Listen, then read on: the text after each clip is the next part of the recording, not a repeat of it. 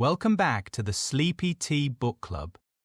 The night feels restless, full of wind and whispers. I'm brewing a pot of bergamot and dark honey tea bright, but with a weight that lingers. In Whitby, a storm has broken, and with it comes a ship driven by unseen hands. Among the wreckage, something old has found new soil. So take a deep breath and pour your tea. The waves are still for now, as I tell you Chapter 7 of Dracula. Chapter the 7th, cutting from the Daily Graph, 8 August, pasted in Mina Murray's journal from a correspondent. Whitby. One of the greatest and suddenest storms on record has just been experienced here, with results both strange and unique. The weather had been somewhat sultry, but not to any degree uncommon in the month of August.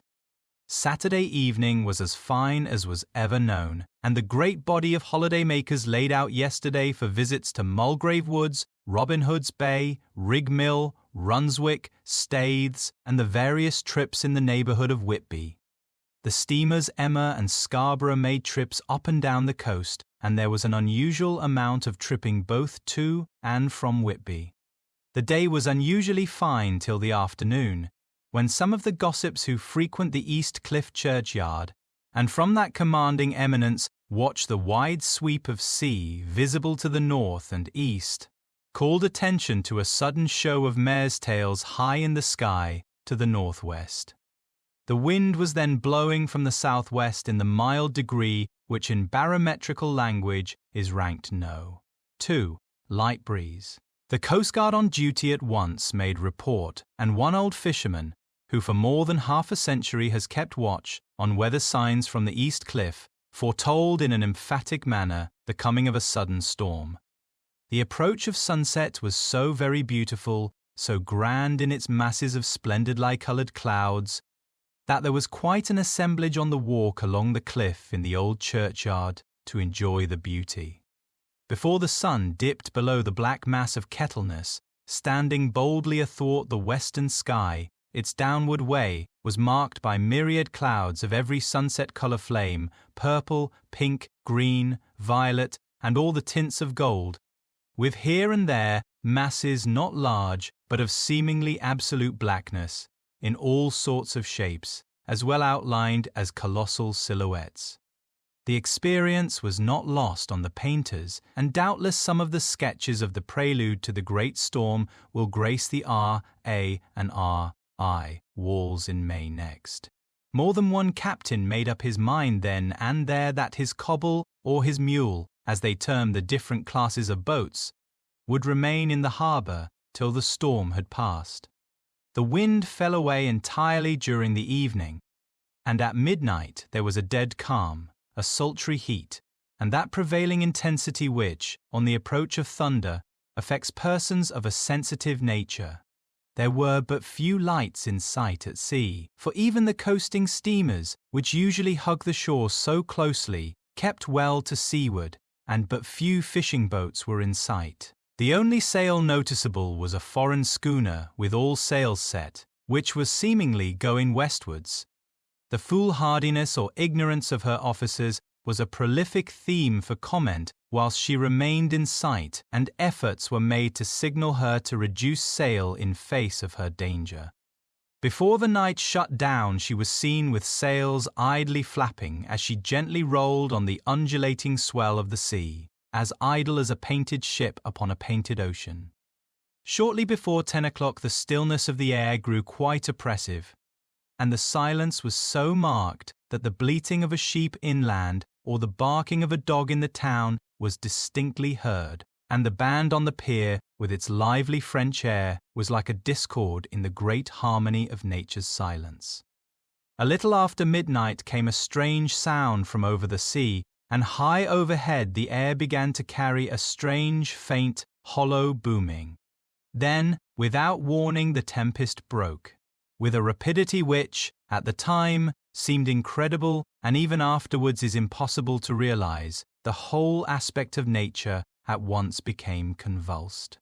The waves rose in growing fury, each overtopping its fellow, till in a very few minutes the lately glassy sea was like a roaring and devouring monster. White-crested waves beat madly on the level sands and rushed up the shelving cliffs. Others broke over the piers, and with their spume swept the lanthorns of the lighthouses which rise from the end of either pier of Whitby Harbour. The wind roared like thunder, and blew with such force that it was with difficulty that even strong men kept their feet, or clung with grim clasp to the iron stanchions. It was found necessary to clear the entire piers from the mass of onlookers, or else the fatalities of the night would have been increased manifold. To add to the difficulties and dangers of the time, masses of sea fog came drifting inland, white, wet clouds which swept by in ghostly fashion, so dank and damp and cold that it needed but little effort of imagination to think that the spirits of those lost at sea were touching their living brethren with the clammy hands of death, and many a one shuddered as the wreaths of sea mist swept by. At times the mist cleared, and the sea for some distance could be seen in the glare of the lightning, which now came thick and fast, followed by such sudden peals of thunder that the whole sky overhead seemed trembling under the shock of the footsteps of the storm. Some of the scenes thus revealed were of immeasurable grandeur and of absorbing interest. The sea, running mountains high, threw skywards with each wave mighty masses of white foam, which the tempest seemed to snatch at and whirl away into space. Here and there a fishing boat, with a rag of sail, running madly for shelter before the blast, now and again the white wings of a storm-tossed seabird. On the summit of the east cliff, the new searchlight was ready for experiment, but had not yet been tried. The officers in charge of it got it into working order, and in the pauses of the inrushing mist swept with it the surface of the sea. Once or twice its service was most effective, as when a fishing boat with gunwale under water rushed into the harbour, able by the guidance of the sheltering light to avoid the danger of dashing against the piers. As each boat achieved the safety of the port, there was a shout of joy from the mass of people on shore, a shout which for a moment seemed to cleave the gale and was then swept away in its rush. Before long the searchlight discovered some distance away a schooner with all sails set, apparently the same vessel which had been noticed earlier in the evening. The wind had by this time backed to the east, and there was a shudder amongst the watchers on the cliff as they realized the terrible danger in which she now was. Between her and the port lay the great flat reef on which so many good ships have from time to time suffered, and with the wind blowing from its present quarter, it would be quite impossible that she should fetch the entrance of the harbour. It was now nearly the hour of high tide, but the waves were so great that in their troughs the shallows of the shore were almost visible, and the schooner, with all sails set, was rushing with such speed that, in the words of one old salt, she must fetch up somewhere, if it was only in hell. Then came another rush of sea fog, greater than any hitherto, a mass of dank mist, which seemed to close on all things like a grey pall, and left available to men only the organ of hearing for the roar of the tempest and the crash of the thunder, and the booming of the mighty billows came through the damp oblivion even louder than before. The rays of the searchlight were kept fixed on the harbour mouth across the east pier, where the shock was expected and men waited breathless.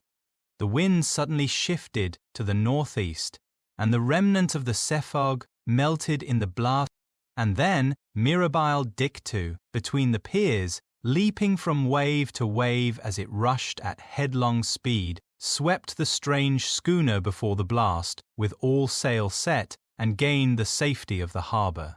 The searchlight followed her, and a shudder ran through all who saw her, for lashed to the helm was a corpse, with drooping head, which swung horribly to and fro at each motion of the ship. No other form could be seen on deck at all. A great awe came on all as they realized that the ship, as if by a miracle, had found the harbour, unsteered save by the hand of a dead man. However, all took place more quickly than it takes to write these words. The schooner paused not, but rushing across the harbour, pitched herself on that accumulation of sand and gravel washed by many tides and many storms into the southeast corner of the pier, jutting under the east cliff, known locally as Tate Hill Pier. There was, of course, a considerable concussion as the vessel drove up on the sand heap. Every spar, rope, and stay was strained, and some of the top hammer came crashing down. But, strangest of all, the very instant the shore was touched, an immense dog sprang up on deck from below, as if shot up by the concussion, and running forward, jumped from the bow on the sand, making straight for the steep cliff, where the churchyard hangs over the laneway to the east pier so steeply that some of the flat tombstones thrusteens, or throughstones, as they call them in the Whitby vernacular, actually project over where the sustaining cliff has fallen away. It disappeared in the darkness, which seemed intensified just beyond the focus of the searchlight. It so happened that there was no one at the moment on Tate Hill Pier, as all those whose houses are in close proximity were either in bed or were out on the heights above. Thus, the Coast Guard on duty on the eastern side of the harbour, who at once ran down to the little pier, was the first to climb on board. The men working the searchlight, after scouring the entrance of the harbour without seeing anything, then turned the light on the derelict and kept it there. The Coast Guard ran aft, and when he came beside the wheel, bent over to examine it, and recoiled at once as though under some sudden emotion. This seemed to pique general curiosity, and quite a number of people began to run. It is a good way round from the West Cliff by the drawbridge to Tate Hill Pier, but your correspondent is a fairly good runner, and came well ahead of the crowd. When I arrived, however, I found already assembled on the pier a crowd whom the Coast Guard and police refused to allow to come on board. By the courtesy of the chief boatman, I was, as your correspondent, permitted to climb on deck, and was one of a small group who saw the dead seaman whilst actually lashed to the wheel. It was no wonder that the Coast Guard was surprised, or even awed, for not often can such a sight have been seen. The man was simply fastened by his hands, tied one over the other, to a spoke of the wheel. Between the inner hand and the wood was a crucifix, the set of beads on which it was fastened being around both wrists and wheel, and all kept fast by the binding cords. The poor fellow may have been seated at one time, but the flapping and buffeting of the sails had worked through the rudder of the wheel and dragged him to and fro, so that the cords with which he was tied had cut the flesh to the bone. Accurate note was made of the state of things, and a doctor-surgeon, J. M. Caffin, of 33, East Elliot Place, who came immediately after me, declared, after making examination, that the man must have been dead for quite 2 days. In his pocket was a bottle, carefully corked, empty save for a little roll of paper, which proved to be the addendum to the log.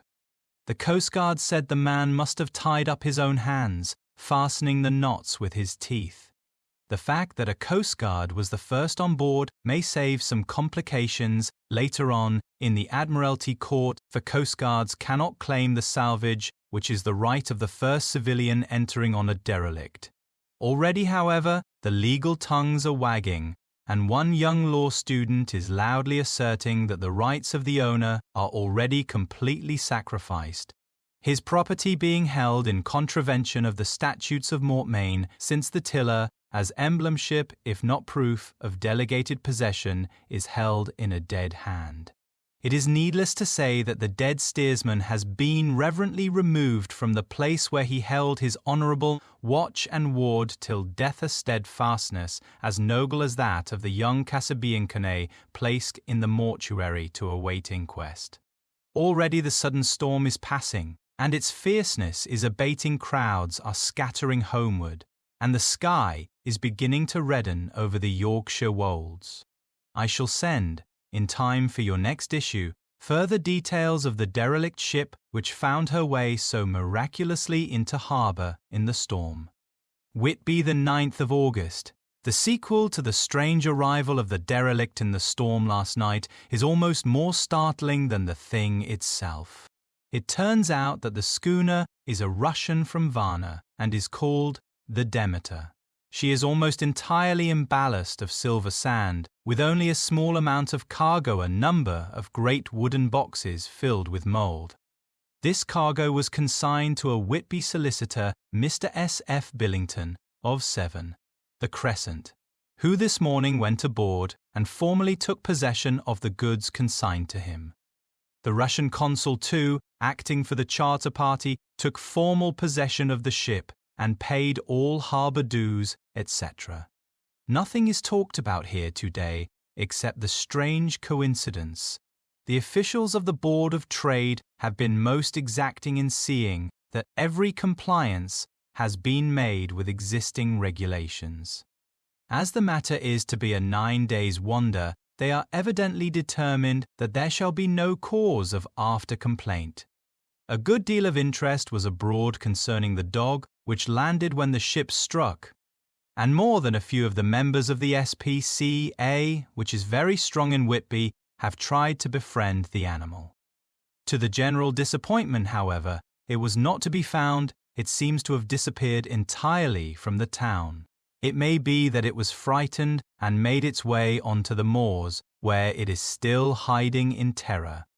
There are some who look with dread on such a possibility, lest later on it should in itself become a danger, for it is evidently a fierce brute.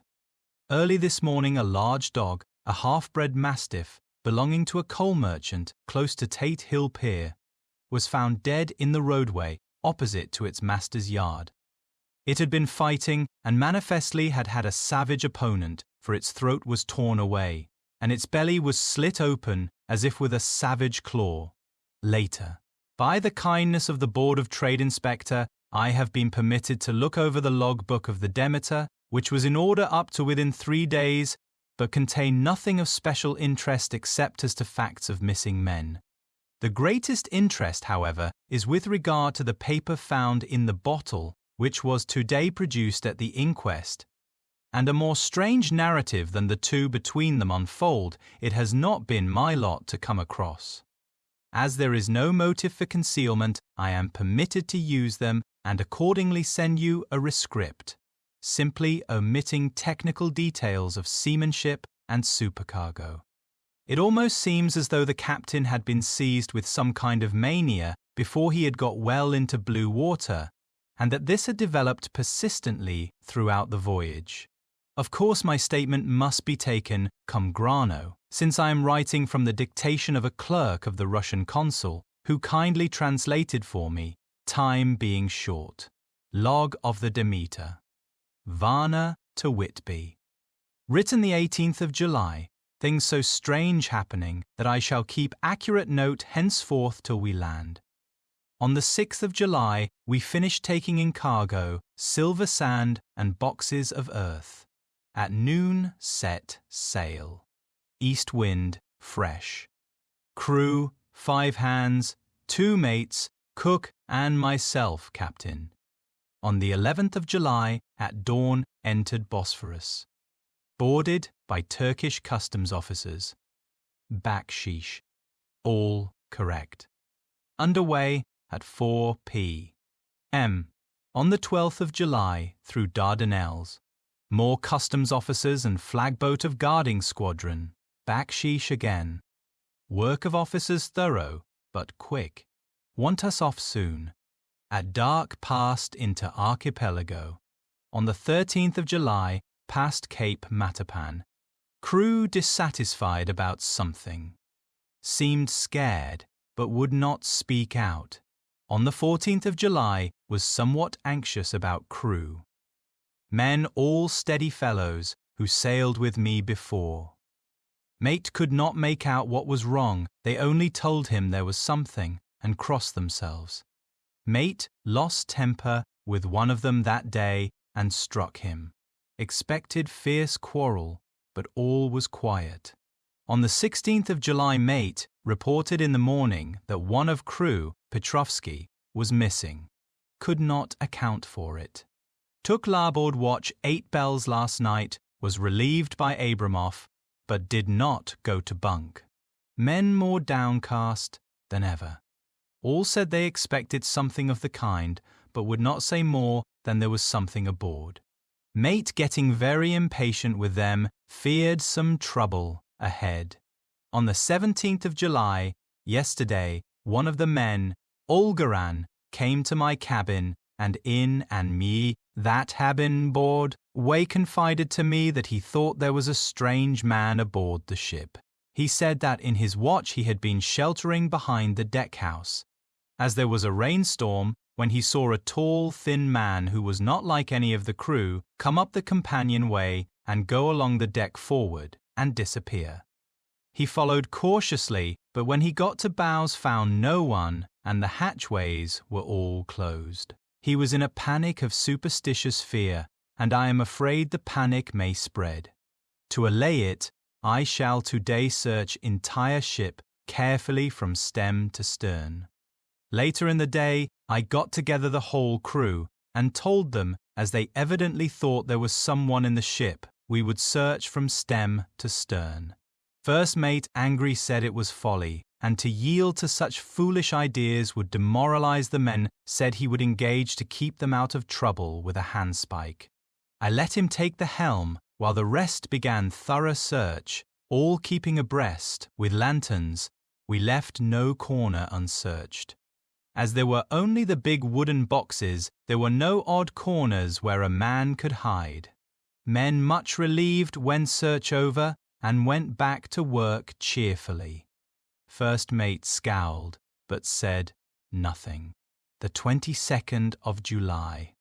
Rough weather last 3 days, and all hands busy with sailors no time to be frightened. Men seem to have forgotten their dread. Mate cheerful again, and all on good terms. Praised men for work in bad weather.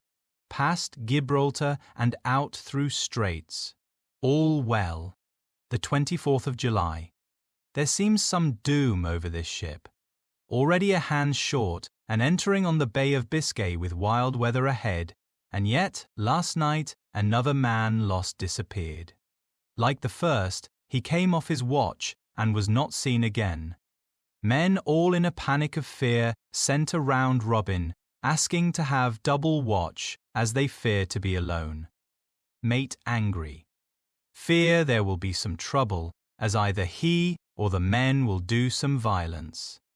The 28th of July. 4 days in hell, knocking about in a sort of maelstrom, and the wind a tempest. No sleep for anyone. Men all worn out. Hardly know how to set a watch, since no one fit to go on. Second mate volunteered to steer and watch, and let men snatch a few hours' sleep. Wind abating, seas still terrific, but feel them less, as ship is steadier. The 29th of July. Another tragedy. Had single watch tonight, as crew too tired to double. When morning watch came on deck, could find no one except steersman. Raised outcry, and all came on deck. Thorough search, but no one found. Are now without second mate, and crew in a panic. Mate and I agreed to go armed henceforth and wait for any sign of cause. The 30th of July. Last night. Rejoiced we are nearing England. Weather fine, all sails set. Retired, worn out, slept soundly awaked by mate, telling me that both man of watch and steersman missing.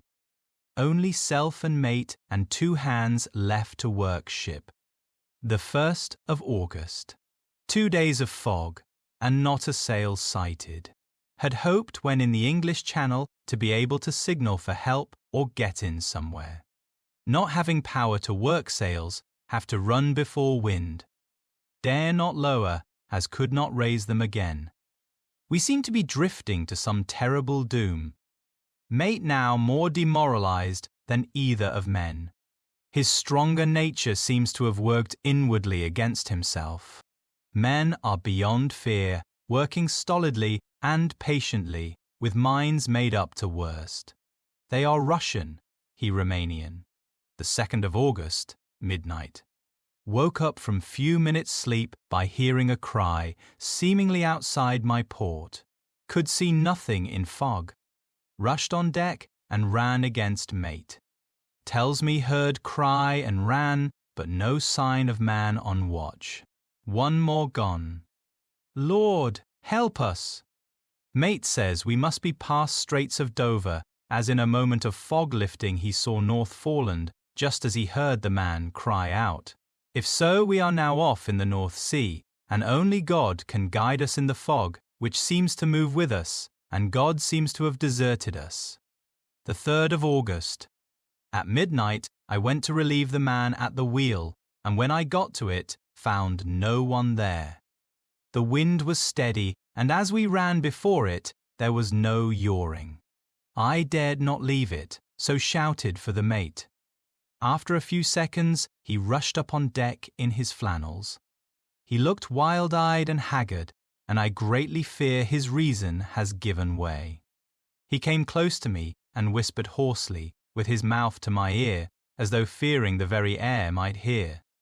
It is here, I know it, now. On the watch last night, I saw it, like a man, tall and thin and ghastly pale. It was in the bows and looking out. I crept behind it and gave it my knife, but the knife went through it, empty as the air. And as he spoke, he took his knife and drove it savagely into space. Then he went on, but it is here, and I'll find it. It is in the hold, perhaps in one of those boxes. I'll unscrew them one by one and see. You work the helm. And, with a warning look and his finger on his lip, he went below. There was springing up a choppy wind, and I could not leave the helm. I saw him come out on deck again with a tool chest and a lantern and go down the forward hatchway. He is mad, stark, raving mad, and it's no use my trying to stop him. He can't hurt those big boxes. They are invoiced as clay, and to pull them about is as harmless a thing as he can do. So here I stay and mind the helm and write these notes. I can only trust in God and wait till the fog clears. Then, if I can't steer to any harbour with the wind that is, I shall cut down sails and lie by and signal for help. It is nearly all over now. Just as I was beginning to hope that the mate would come out comaphore, I heard him knocking away at something in the hold. And work is good for him there came up the hatchway a sudden startled scream which made my blood run cold, and up on the deck he came as if shot from a gunner, raging madman, with his eyes rolling and his face convulsed with fear. "Save me!" he cried, and then looked round on the blanket of fog. His horror turned to despair, and in a steady voice he said, "You had better come too, Captain, before it is too late. He is there. I know the secret now. The sea will save me from him, and it is all that is left." Before I could say a word or move forward to seize him, he sprang on the bulwark and deliberately threw himself into the sea. I suppose I know the secret too, now. It was this madman who had got rid of the men one by one, and now he has followed them himself. God help me! How am I to account for all these horrors when I get to port? When I get to port. Will that ever be? The 4th of August. Still fog, which the sunrise cannot pierce. I know there is sunrise because I a sailor, why else I know not. I dared not go below, I dared not leave the helm, so here all night I stayed, and in the dimness of the night I saw it him. God forgive me, but the mate was right to jump overboard. It was better to die like a man to die like a sailor in blue water. No man can object. But I am captain, and I must not leave my ship. But I shall baffle this fiend or monster, for I shall tie my hands to the wheel when my strength begins to fail, and along with them I shall tie that which he ate. Dare not touch, and then, come good wind or foul, I shall save my soul and my honour as a captain. I am growing weaker, and the night is coming on. If he can look me in the face again, I may not have time to act. If we are wrecked, mayhap this bottle may be found, and those who find it may understand. If not, well, then all men shall know that I have been true to my trust. God and the Blessed Virgin and the saints help a poor, ignorant soul trying to do his duty. Of course, the verdict was an open one. There is no evidence to adduce, and whether or not the man himself committed the murders there is now none to say. The folk here hold almost universally that the captain is simply a hero, and he is to be given a public funeral.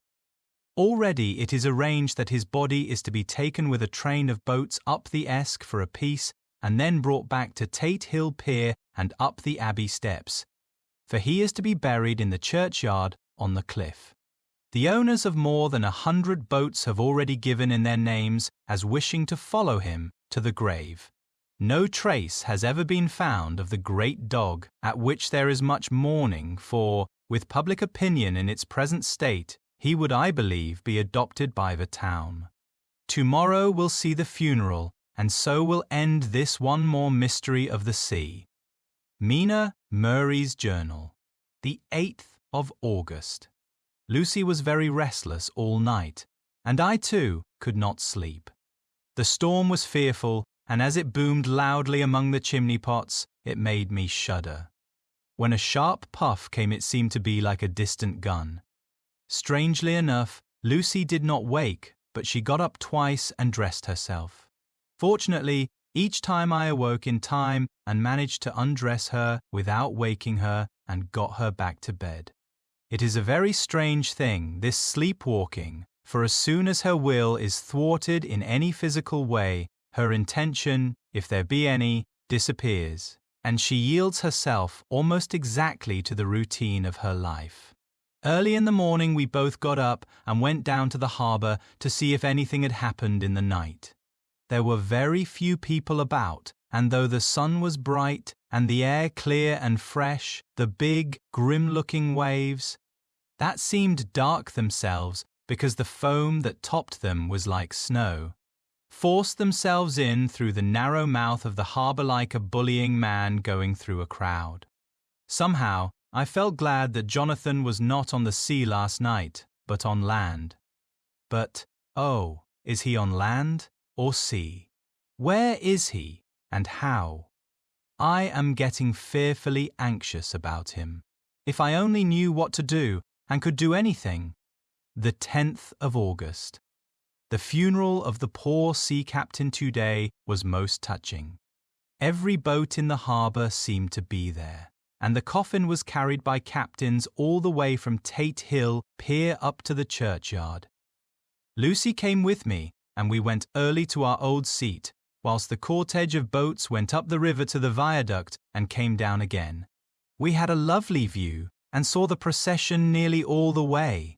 The poor fellow was laid to rest quite near our seat, so that we stood on it when the time came and saw everything.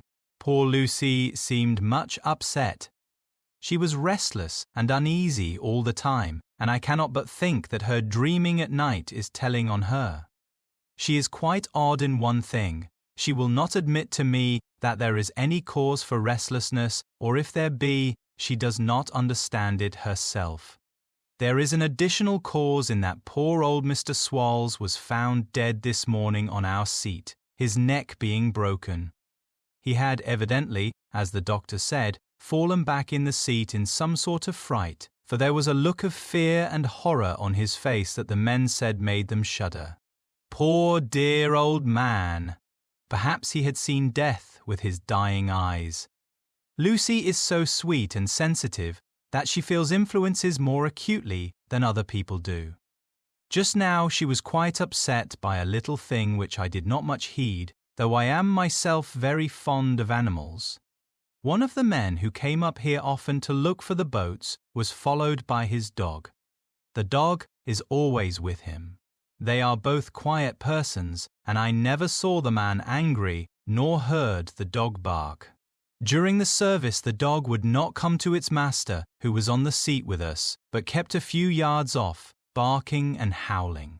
Its master spoke to it gently, and then harshly, and then angrily, but it would neither come nor cease to make a noise. It was in a sort of fury, with its eyes savage, and all its hairs bristling out like a cat's tail when puss is on the warpath. Finally the man, too, got angry and jumped down and kicked the dog, and then took it by the scruff of the neck and half dragged and half threw it on the tombstone on which the seat is fixed. The moment it touched the stone, the poor thing became quiet and fell all into a tremble. It did not try to get away, but crouched down, quivering and cowering, and was in such a pitiable state of terror that I tried, though without effect, to comfort it. Lucy was full of pity too, but she did not attempt to touch the dog, but looked at it in an agonized sort of way. I greatly fear that she is of too supersensitive a nature to go through the world without trouble. She will be dreaming of this tonight, I am sure. The whole agglomeration of things the ship steered into port by a dead man, his attitude, tied to the wheel with a crucifix and beads, the touching funeral. The dog, now furious and now in terror, will all afford material for her dreams. I think it will be best for her to go to bed tired out physically, so I shall take her for a long walk by the cliffs to Robin Hood's Bay and back. She ought not to have much inclination for sleepwalking then. Thank you for spending your evening here with me at the Sleepy Tea Book Club. The fire has burned low, and our tea has gone cool. We've turned another page in our long and shadowed journey, and though the night grows deeper, there's still more waiting in the dark, more letters, more whispers, more secrets yet to come. If you're still awake, take a moment to breathe and rest your eyes. And if you've drifted off, that's perfectly all right. The story will be here when you return. Join me next time when we open the next chapter of Dracula together. Tell me in the comments what tea you had tonight and what you think of the count so far. Sleep softly, and I'll see you soon.